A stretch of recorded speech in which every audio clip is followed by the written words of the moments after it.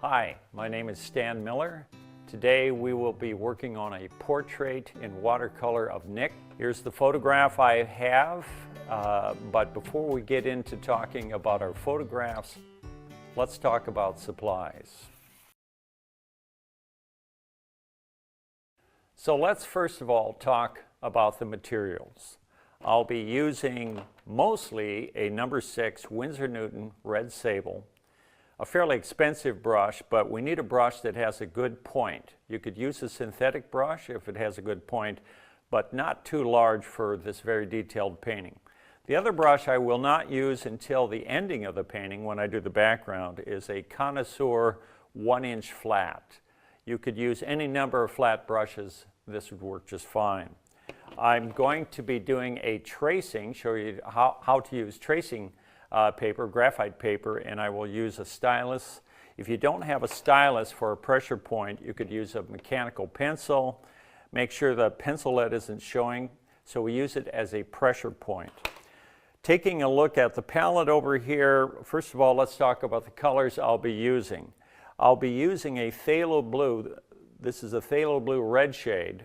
The brand of my paint pretty much exclusively is Graham's. I like Graham's paint because you use honey. It keeps the paint soft so the paint doesn't get hard. I also will use for my red a Quinacridone Rose. You could also use a Quinacridone Red, maybe even a alizarin crimson.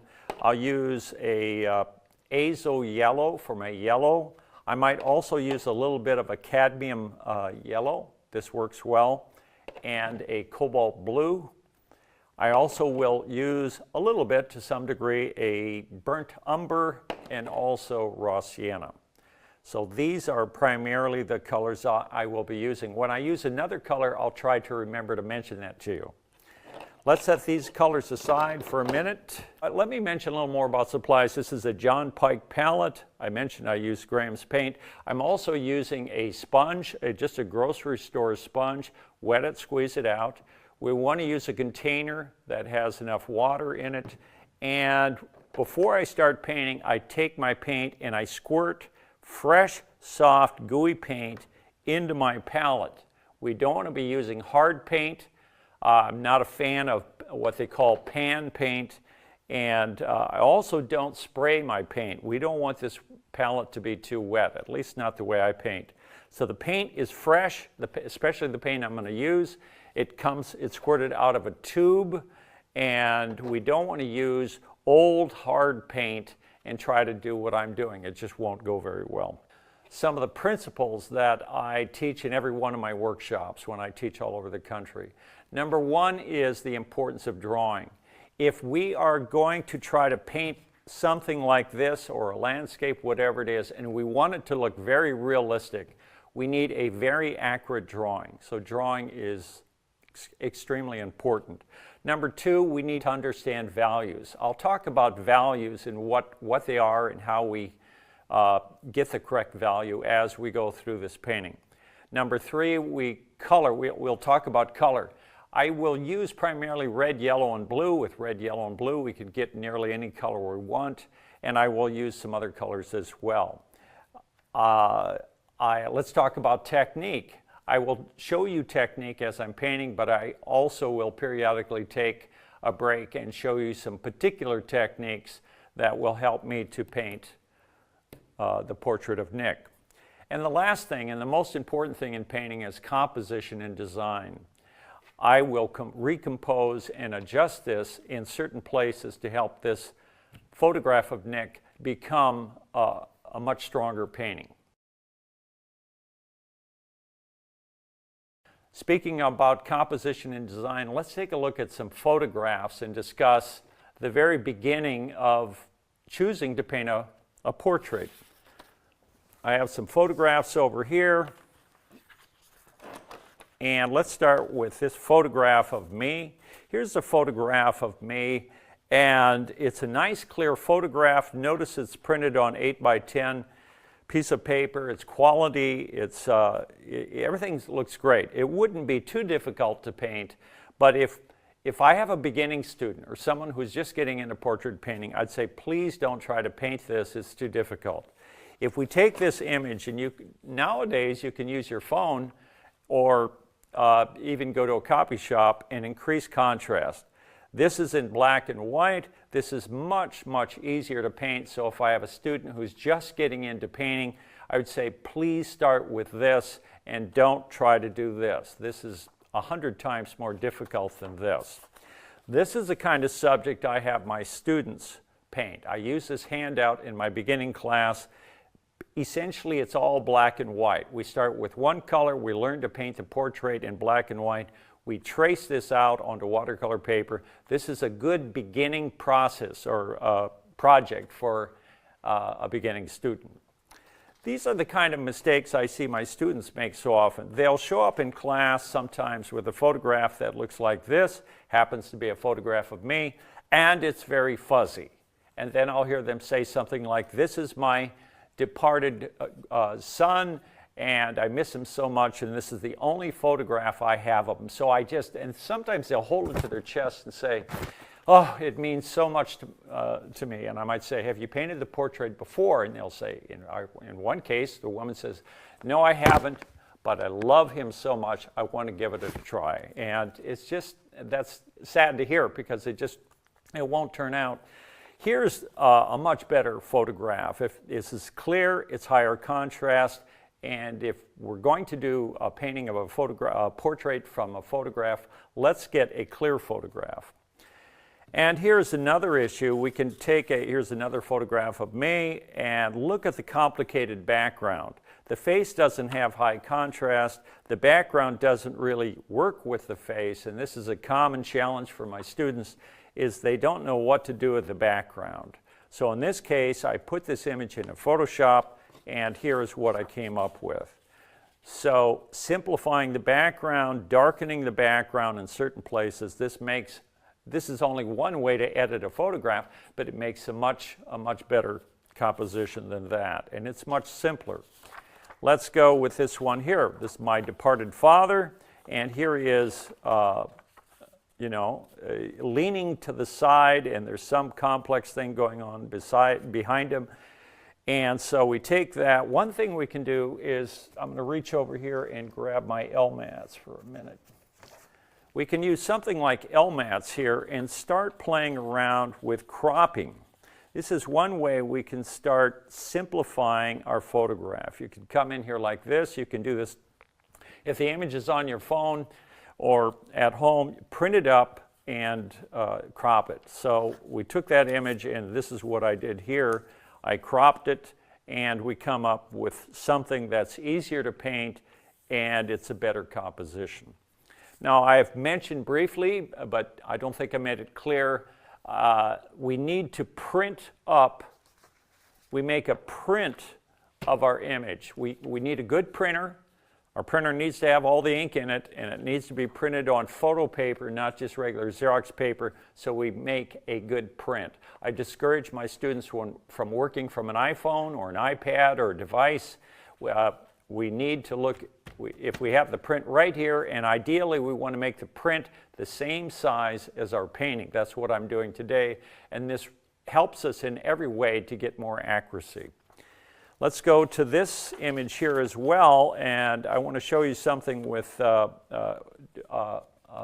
material called Dura-lar. Dura-lar, D-U-R-A-L-A-R, is an acetate that's been treated. So here is the photograph I have, and I put this Dura-lar over the top. I'll show you what that is in a second, and we come up with something like this. Notice how I've positioned his head, how I've edited the background. One more time, look at this complex background, and his head is just this white shape that's glowing, and by editing the background, we come up with that. Let me briefly show you what that Dura-lar is. Here it is here. It's an acetate, and you can paint on it. I'll do this just briefly with my 1-inch brush using a little bit of white paint. Let's grab a little bit of white paint here. I'll just do it with white to show you how it works. This is titanium white. I didn't mention that in my colors. And I'll talk about getting started here in a minute, but I'm going to wet my brush, squeeze it out. I'll talk a little bit more about this later. Now we're going to come in here with white paint, and notice how we can paint right on the photograph, and we can cover up the background. You can do this in Photoshop as well, but we can come back here and start to design our painting. See how that works? Here's the Dura-lar, and if we lift that up, there's the photograph. So this is Dura-lar, D-U-R-A-L-A-R, acetate. One thing I want to mention as well is that I tell my students let's first learn to draw something and paint something just the way it looks before we change it and interpret it. So many instructors around the country from the very beginning say to their students, don't paint it the way it looks, change it, make it your own. When they run into me, so often if they're a new student, I'll say, no, no, no. First, show me you can paint something exactly the way it looks, and then once we learn how to do that, let's get into interpreting it. My quote for that is Mark Twain said, first learn the truth, then distort it to your heart's content. Let's learn to paint something the way it looks, and once we can do that, that's a craft, that's not art. Now we can get into the artistic side of painting and interpret it. So let's get into transferring our image onto our paper. Here's my image, and I've already drawn it out for the painting, but I want to show you how this process works. Enlarge your photograph so it's the same size as the painting you want to make. So this is, let's say this is the same size as the painting I want to do. I'm working on Arch's watercolor paper cold press. We can do our painting on any kind of number of papers. This is Arch's cold press, 140 pound. To transfer this image, I'm using a graphite paper. It's wax-based, so it's very hard to erase this, but it's dark on one side, shiny, and the other side is not quite so dark. So the first thing I would do when I'm getting ready to paint my picture, I make sure my watercolor paper is large enough. I'm going to take some masking tape, just regular masking tape, just 2 little pieces here, rip them off, and I'm going to position that image right there like that. And now we take our graphite paper and we slip it underneath our image like that. Once that's underneath, I prefer to use a stylus as a pressure point. You could also use, if you don't have a stylus, you could use a mechanical pencil, but let's make sure the pencil lead has been pressed in, so we use it as a pressure point. We don't want to put pencil lines all over our photograph. That damages our image. It makes it more difficult to see what we need to see. So using the stylus, we press quite hard, but remember, if you use wax-based graphite paper, you can't erase it. So let's just start out here, and I'll do just a little bit of it. It's on his forehead here, top of his head. We're going to come down here like that. And let's check and see how this is working. There we see the line right there. And I'm pressing a little bit harder than I normally would, so you can see what I'm doing. Reposition this here. I'll do a little bit more. Because this is going to be a detailed painting, we need to be very accurate and go very slow here, like in his eye. We need to come in here like this and draw tiny little details. Need to be carefully done. Every little wrinkle. Here's his glasses. We trace very carefully and get this drawing quite accurate. We go slow like that. We come in here like this. We come down here like this. His glasses here will come around like this here. We come around like that. Come in here like that. Like this here. Let's check and see. I'm just going to check and see. It's coming out. You probably can hardly see it. So let me press a little bit harder so we can understand how this works. Let's go to the back of his head. I'll press quite hard here just so you can see what I'm doing, even though I'm going to be changing that, I think. Let's press hard here, and let's press hard as we go around here. So I think I'll stop there. You can see the beginnings of my tracing, and just tracing this out can take a half hour to 1 hour because it's such a detailed painting. Keep that in mind. My whole approach to painting, my major work is extreme. In some cases I've spent up to 300, 400 hours on a painting. A large painting can take a long, long time. This painting normally would take me 20 to 30 hours to paint it. So we had to figure out ways to show you most of the painting, but not spend 20, 30 hours, or I would lose my audience. You'd all fall asleep. So that's the transferring process. I'll set that aside. Here is my actual painting, and here's the photograph I'll be using. It's essentially the same photograph, a little higher contrast, but the photograph is the same size as my drawing. And I'm not sure if you can see the drawing there, but I did the drawing very carefully, and in order for me to see some of the detail here, I will be using these strong reading glasses so I can more carefully get in here, and I'll probably need to get a little bit closer and get in here like this when I start painting that, because I'm going to be painting in such detail. Let's take a look. Before we start painting, set the image aside. I'll put it over here. I might even set it to the side here a little bit. I think I'll fold it sideways. We'll start with his eye. Before I actually start painting, I want to talk briefly about, let's talk briefly about the technique. I'll take a little bit of scrap paper here. So we are going to start with painting one of the eyes. And let's take scrap paper here. Here's my brush. When we start painting, I need to get those glasses off. I can't see anything. Let's go to my not so strong glasses. Wet our brush first, squeeze it out, wet it, squeeze it out, wet it, squeeze it out 3-4 times.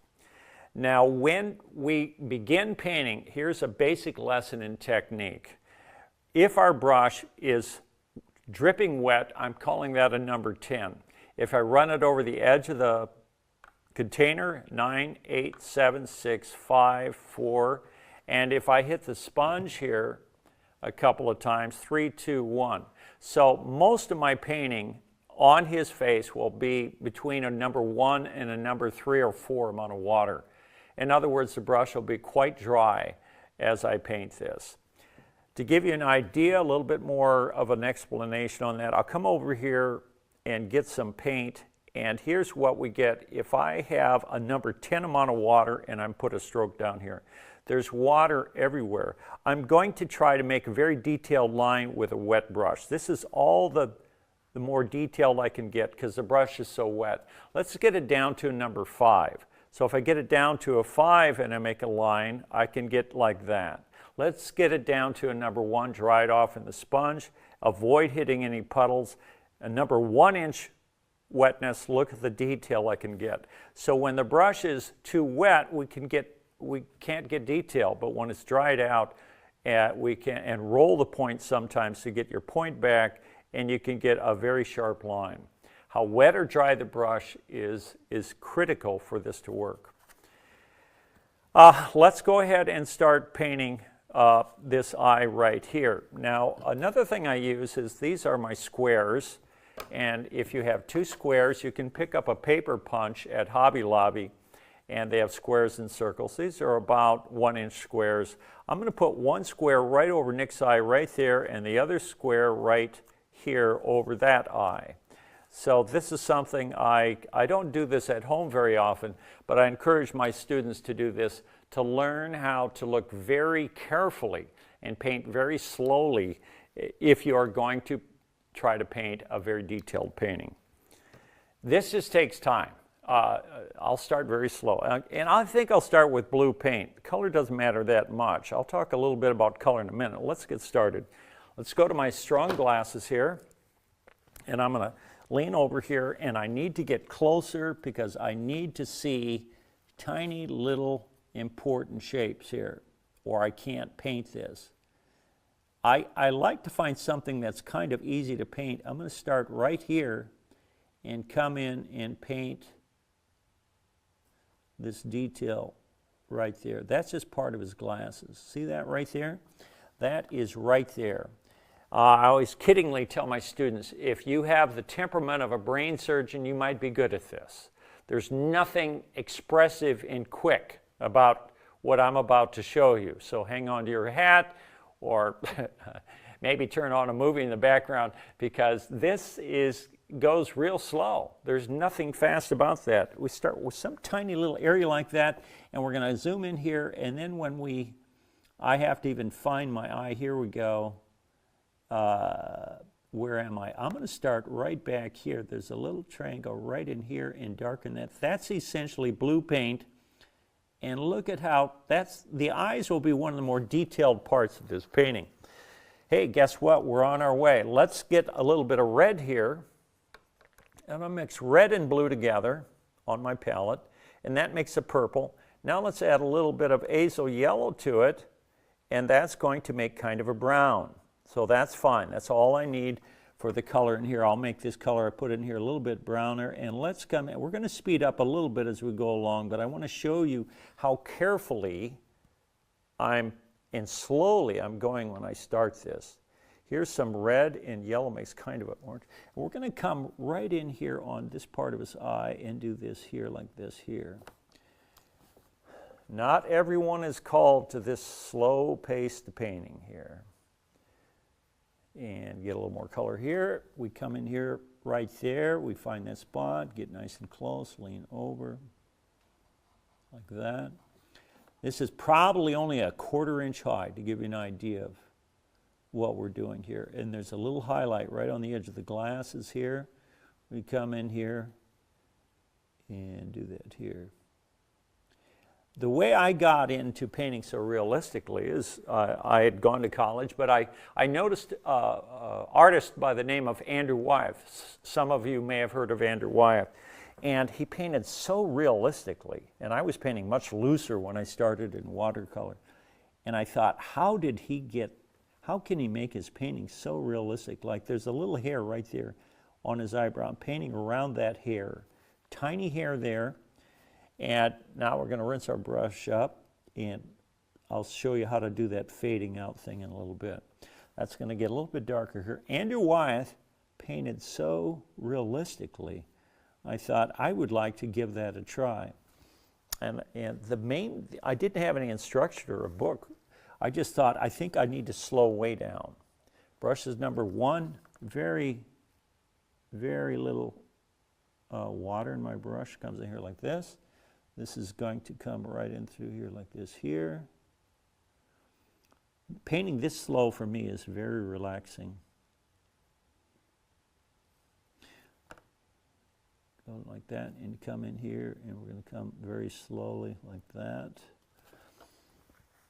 And again, if we do not have a good photograph, or we're trying to do this by holding an iPhone or something like that, it's impossible. You simply have to get a very quality photograph and need to know exactly where we are at here. That goes here. I'm trying to find my place. It's easy to get lost here. I'm going to move this out so I can see the whole image. Let's move down. Well, let's move it over here like this, because I need to see the whole eye to be able to find out where I'm at. There we go. Get a little red, yellow, and blue. That's all I'm using for color. We're going to come right in here like this. I want that to be a little bit bluer. And once I get the eye down, it's going to be easier to move on and get some of this other stuff. That's going to come through here like this and like this here. Goes right in. That's the ending of his eye. Very important we get the ending of that eye correct. And here's the top of his eye. It's going to go right through here, here. And then as we go over, it comes down kind of right in through here like that. And now let's get quite a bit of dark paint. Well, let's put his dark part of his eye in here. This in here gets quite dark. And this is going to go This is going to go, you still, even though I trace this out, you're still drawing because I can't, I get a little bit lost in here, and I have to use old-fashioned drawing principles to figure out, am I putting this dark in the right place? And sometimes I still get it wrong. Tracing something out does not mean it's somehow it's going to be easy. We have to keep working at seeing. We have to look, see, heads going back and forth. We look, we paint, we're going to come in here, and that's the end of his eye right here like that. So that's, now we're starting to see the beginning of his eye coming. Slowly but surely, we're getting it here. The whites of the eyes are not white. We got part of the glasses in. Let's put a little bit of this cast shadow. His glasses are leaving a shadow here. What color is the shadow? We have to look. We look, look, look. I'm going to use a little bit of white paint here to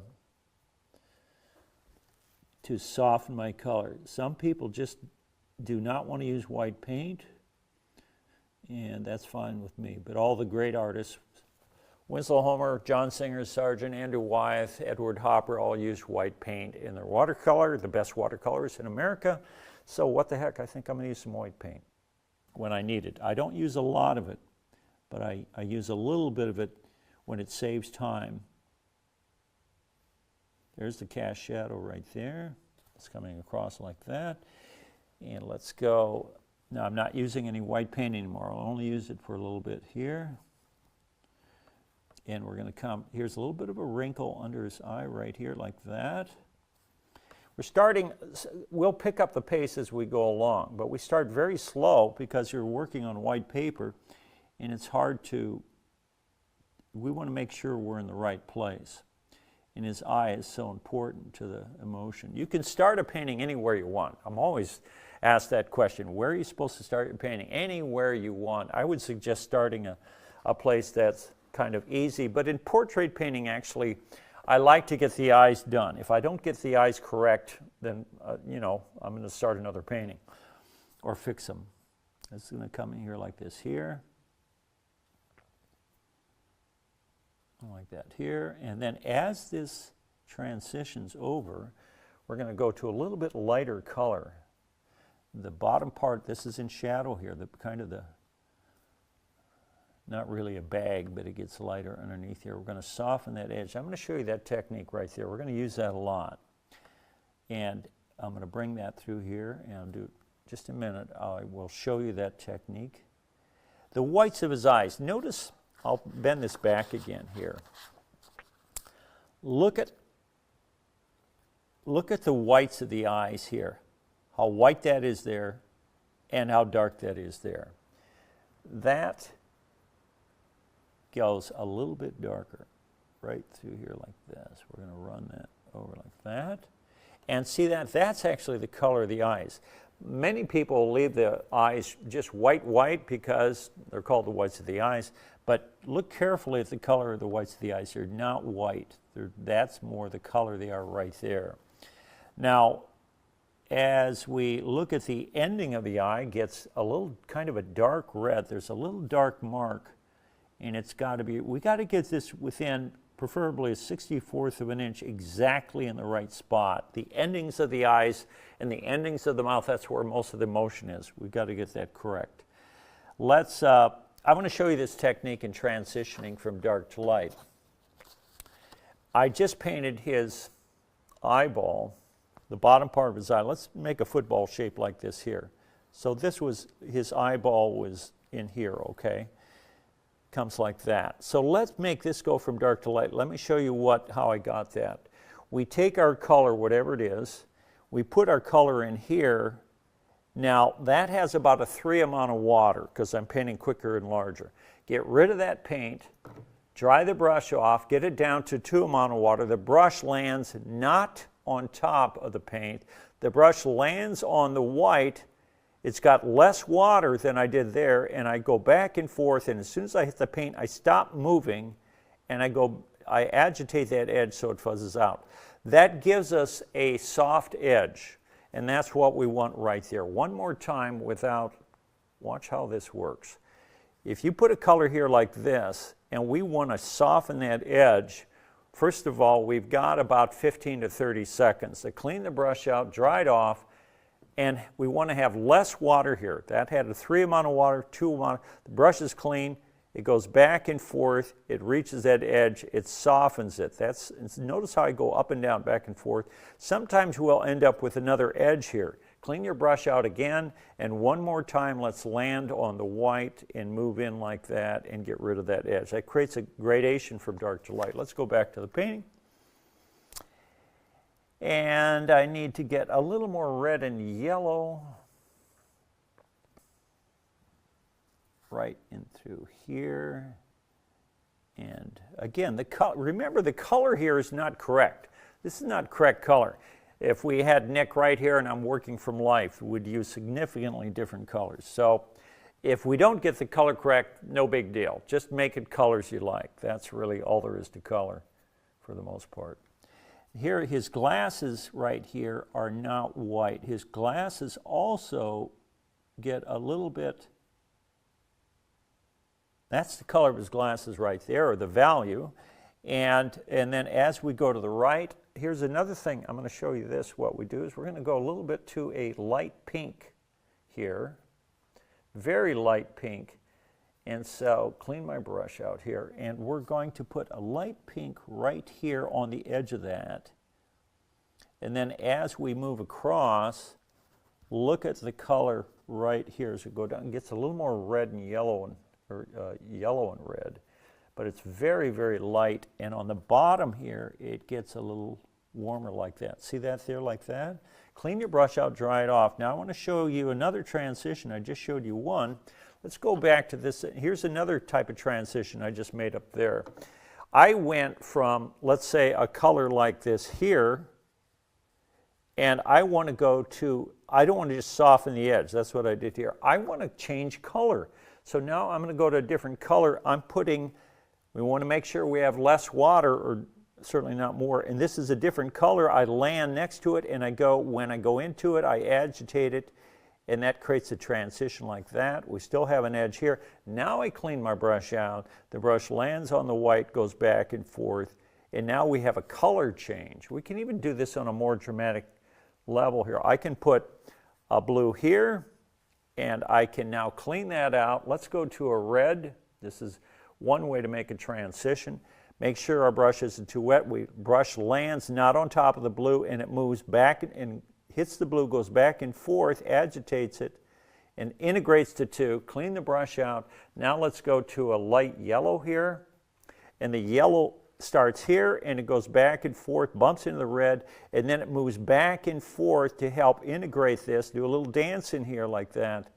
Clean your brush out again. Now the brush lands on the white paint and goes in. See how we've transitioned from blue to red to yellow to white, and we don't have any edges in there because we transition in the correct way. What causes all kinds of chaos when we do this, you put your blue down, you clean your blue out, you go to red. Your red is too wet. It's much wetter than the blue. We're going to get backwash. And then you realize your mistake, so you put your yellow down. Now your yellow is way too dry. So now the yellow hits the red, and we're too wet to dry, and it just won't work. You have to practice this like making A's if you're learning how to write. Let's go back to this here, and let's work a little bit. His eye works pretty good there. Notice how the dark, this is a little bit darker than I should be, so I'm going to use white. We can use white paint to correct. I'll come over, brush is very dry, and I'm put white paint right over the top of that shadow there. See, because I got too dark. See how that can help correct that shadow that was too dark and maybe a little bit dark through here. So the white can be used to adjust value. Let's come on down here. That eye is pretty much done, so we're just flying along here, just like that. We got the eye done, or that one eye mostly done. Let's do a little bit of his glasses here. This is very light here as we come down right through here like this here. And I'll use a little bit of white paint to help get that so it's not too dark. This is very light right there. See how light that is? I'm working very hard to get to make it look exactly the way the photograph looks. That's something not very many people do. But when I get to the background, we're not going to use the photograph at all. We're just going to make stuff up. So we're going from painting something exactly the way it looks to kind of the way it looks to interpreting it. And as we come in here, look more on the shadows here. The shadow is quite light. And that shadow from the glasses, we don't really need to know what the shape is. Just if you see a shape, put it in there. We don't need to figure out what it is. That might be nice if we know what it is, but we don't have to. And we got a little bit of a shape right in through here. This bumps into the nose right there like that. Like that. And now let's go up over the top of his eye. That looks pretty close here. Notice how if we come up here like this, this gets a little pinker here. So we get a little bit of red and yellow. And make sure the brush is cleaned out. And we put a little bit of a pink right in here like that. And we could get a little more, maybe a touch of yellow in here. And put a little bit of yellow comes in here like that. It's a little bit too yellow, turns. Let's go back to the pink here. And come in here like that here. And that's pretty close. And then it fades out. How do we fade out? We land on the white, the brush is cleaned out. Back and forth like that. This edge here, we don't want it sharp, it's soft. The brush lands on the white. If this hasn't dried, bumps into it, softens that edge.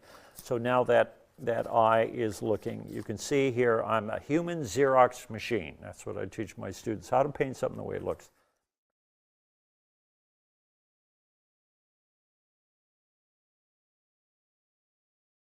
Hi, my name is Stan Miller. Today we will be working on a portrait in watercolor of Nick.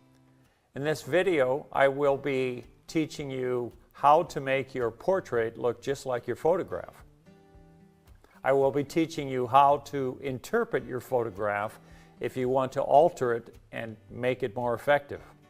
I will be teaching you how to control your technique so you can perhaps get the proper skin color to create a transition from dark to light. The top 5 things I will stress in this video will be, first of all, get your drawing correct, get your values correct, get your color correct, understand technique that's involved when you paint a portrait, and let's try to put together a strong composition. Most watercolorists cannot paint a portrait because their brush is too wet. I will show you some important techniques that will help us to do a more effective portrait. This video will enhance everyone's ability to do an effective portrait in many, many different ways.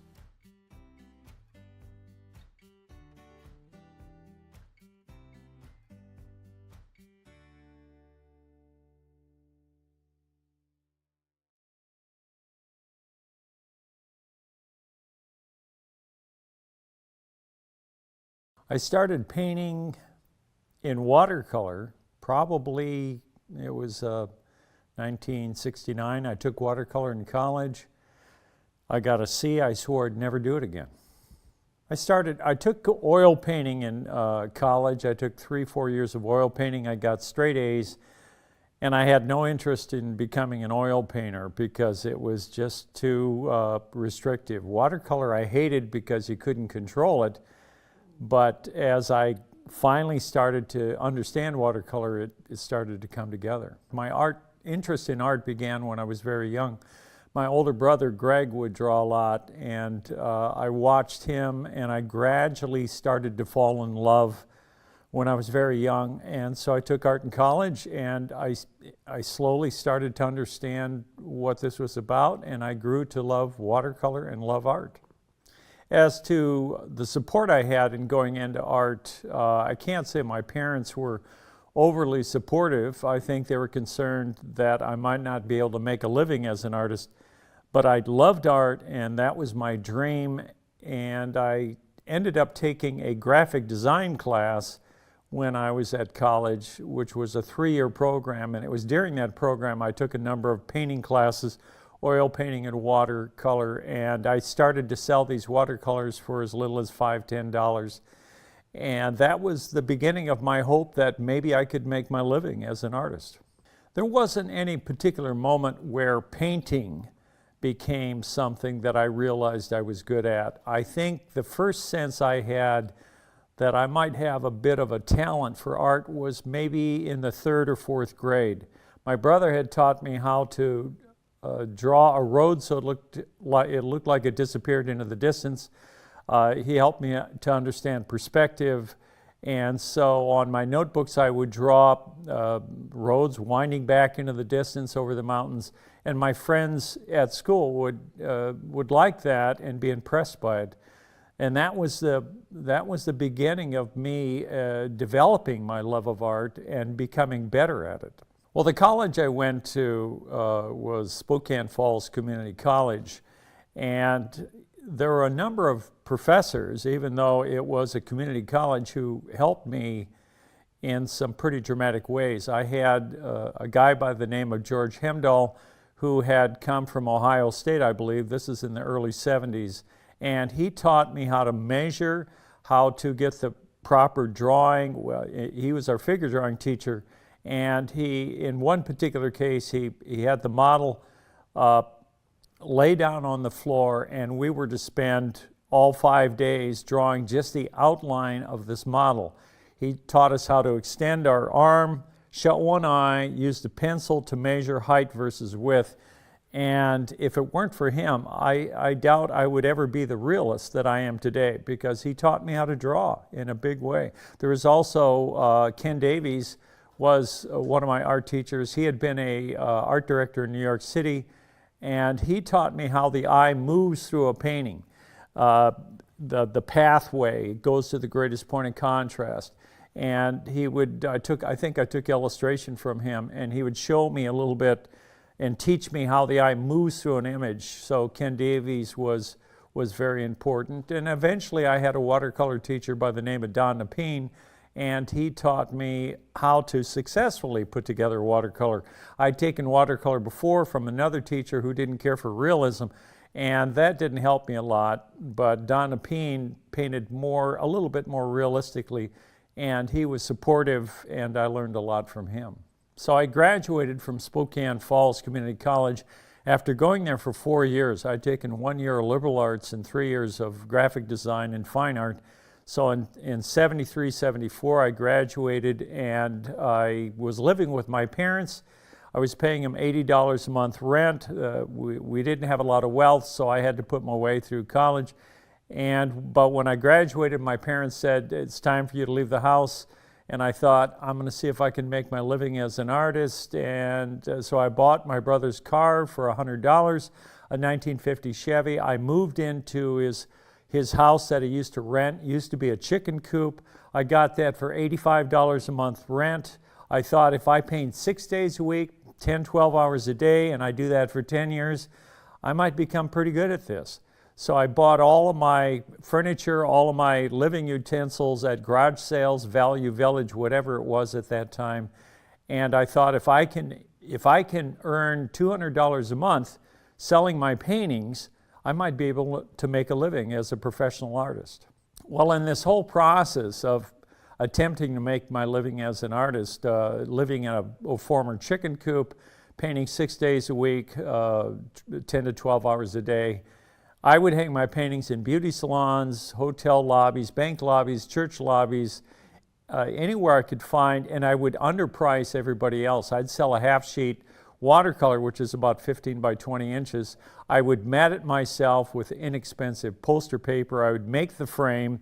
I would do art fairs, sidewalk fairs, and I would sell these paintings about this size for $30, $40. This is in the early 70s. And the income was up and down. In fact, my income has been up and down throughout my whole career.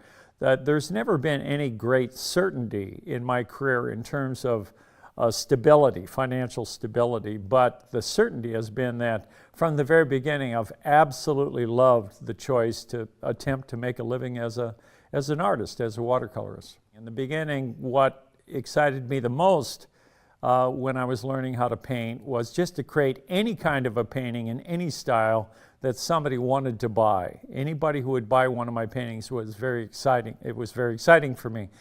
Now at my age and through a lifetime of doing this, the thing that continues to excite me and inspire me is to design a good painting, to design a painting so that the painting is balanced, so it has a sense of movement and design. And that's the hardest thing to teach, it's the hardest thing to understand. But a well-designed movie, a well-designed book, a well-designed symphonic performance, a well-designed painting is the most difficult thing to do in the world. Finding my ideal subject has changed through the years. It changes practically every day. My subjects that I prefer to paint are subjects that touch me personally, subjects that I enjoy. If I'm painting a person, I like to paint a person whose face is interesting, appealing, mysterious. And if I'm painting a landscape or a cityscape, I choose, for instance, Venice, Italy. I love Venice, Italy, and I've been there many times. I've painted on location. Venice is kind of a timeless city. It's got canals instead of streets and waterways, and used to have a lot of old wooden boats, but I just love painting Venice because it touches my heart. It's something I love, and so I find myself painting Venice many, many times. I think throughout my career, I change subject matter when I just get tired of painting a particular subject. I've never gotten into a track where I'm just going to paint Venice or I'm just going to paint portraits. In fact, if there's anything that is true about my choice of subject is once people start to like one thing that I do, there's something rebellious in me that says, okay, they like Venice too much, so I'm going to start painting portraits. I just have a tendency to want to go where people don't want me to go. That's been part of my career. That's my whole career choice has been based on the idea that my parents didn't really want me to be an artist, and so I thought, I think I'm going to try to make a living as an artist. It's part of the Miller way. Our family, my dad taught us to question everything and certainly encouraged a certain amount of rebellion, much to his probably regret. But I like looking for things in life, whether it's painting or in life, that touch my heart, that move me, that help me to look at life in a new way. And so as an artist, I like to look for subjects that stir me, cause me to look at things in a different way. And if I'm painting the same subject again, like a portrait, I don't want to continue to paint it the same way. Every time I paint any painting, I want to approach it in a new and different way as much as I can. I have a quote on my studio door that says, "Creativity comes from silence." I like that idea. Creativity comes from silence. It's out of silence that I feel we can help hear the voices and clear things up in our head.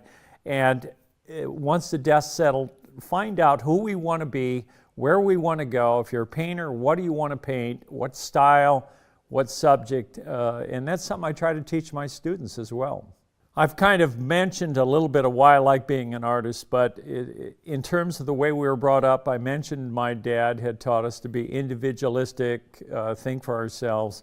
And for me, being an artist, I'm able to, as an artist, to get up when I want. I go to bed when I want to go to bed. I paint what I want. I quit. If I don't want to paint, I don't paint.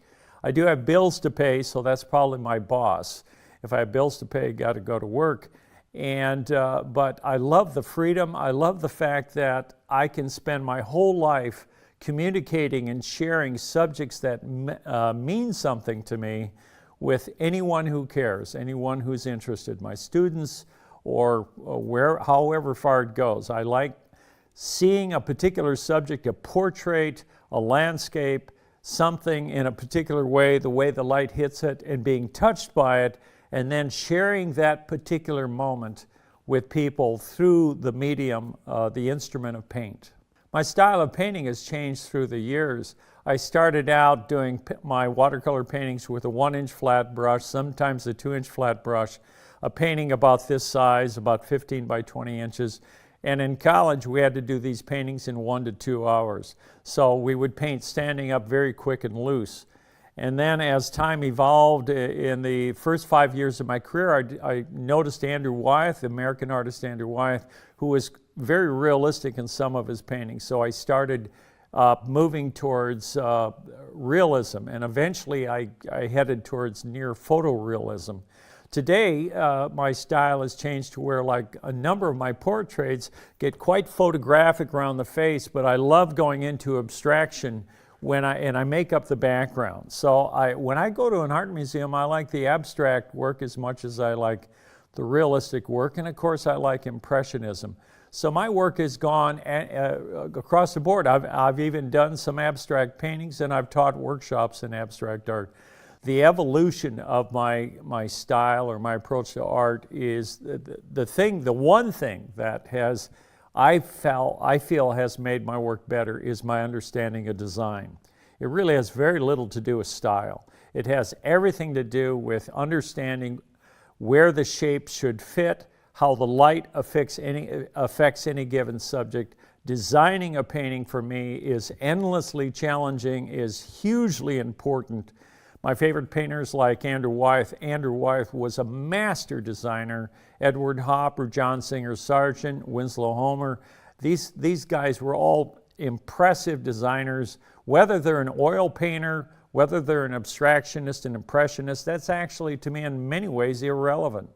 As to the question of how I might be different than other artists, I actually don't think about that very much. I think of analogies like in literature, you have the poet, short story, the person who writes novels, you have the fiction, nonfiction. In music, you have jazz, classical, you have many types of music, you have all kinds of movies, and you have all kinds of art.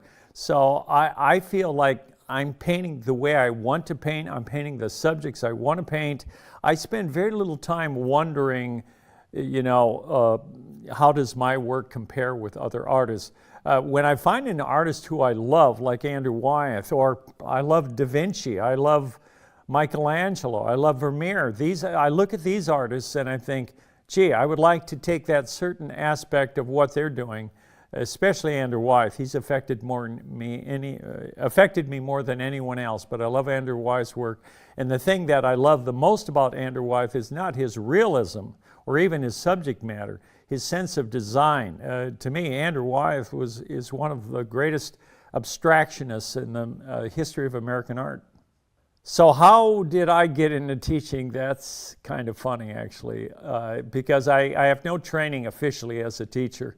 I had graduated from Spokane Falls Community College, I guess it was in 73, 74, can't remember.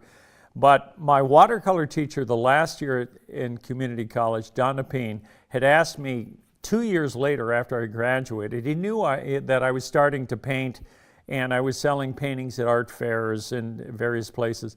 And he wanted me to come to his class. He was still teaching, and he wanted me to do a demonstration for his students.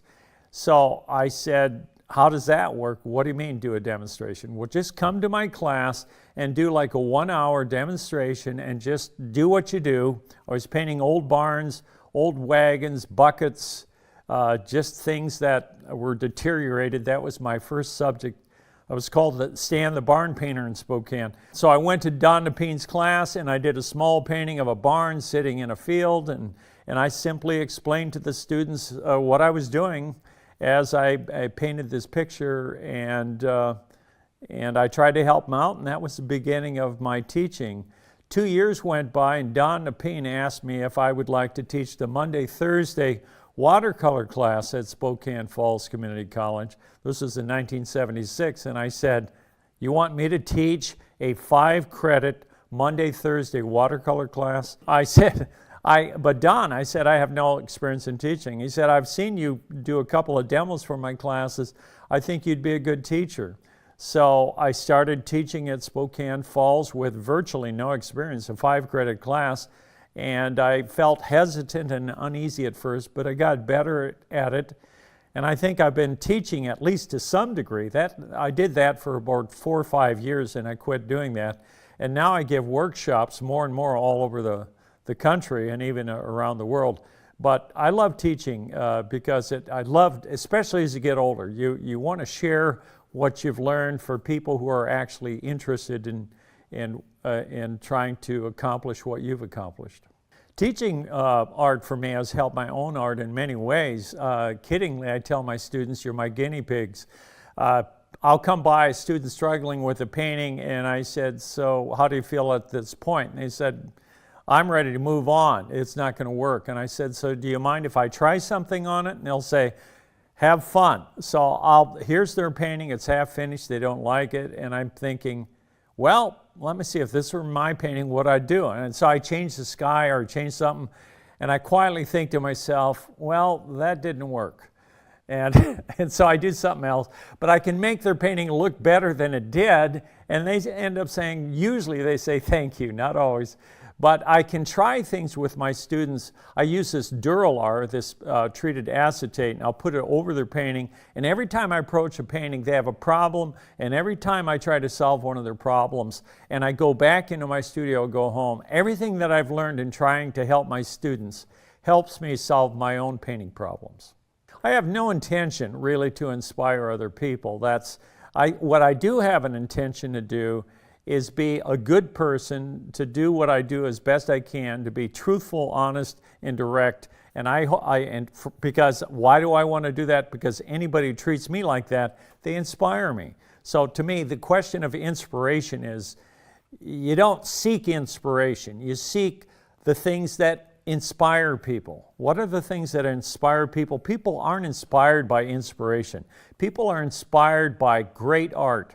People are inspired by great movies, great books. People are inspired by people like Gandhi or Martin Luther King or who knows who, political figures or spiritual figures. When we're around someone who touches our heart and makes us look at life in a different way, and that might be a painting. If that painting touches you and somebody comes up to you and says, thank you, your work inspires me, that makes me feel good, because that is what I would wish that my paintings might do, that they might inspire people. Hi, my name is Stan Miller. Today we will be working on a portrait in watercolor of Nick. In this video, I will be teaching you how to make your portrait look just like your photograph. I will be teaching you how to interpret your photograph if you want to alter it and make it more effective. I will be teaching you how to control your technique so you can perhaps get the proper skin color to create a transition from dark to light. The top 5 things I will stress in this video will be, first of all, get your drawing correct, get your values correct, get your color correct, understand technique that's involved when you paint a portrait, and let's try to put together a strong composition. Most watercolorists cannot paint a portrait because their brush is too wet. I will show you some important techniques that will help us to do a more effective portrait. This video will enhance everyone's ability to do an effective portrait in many, many different ways.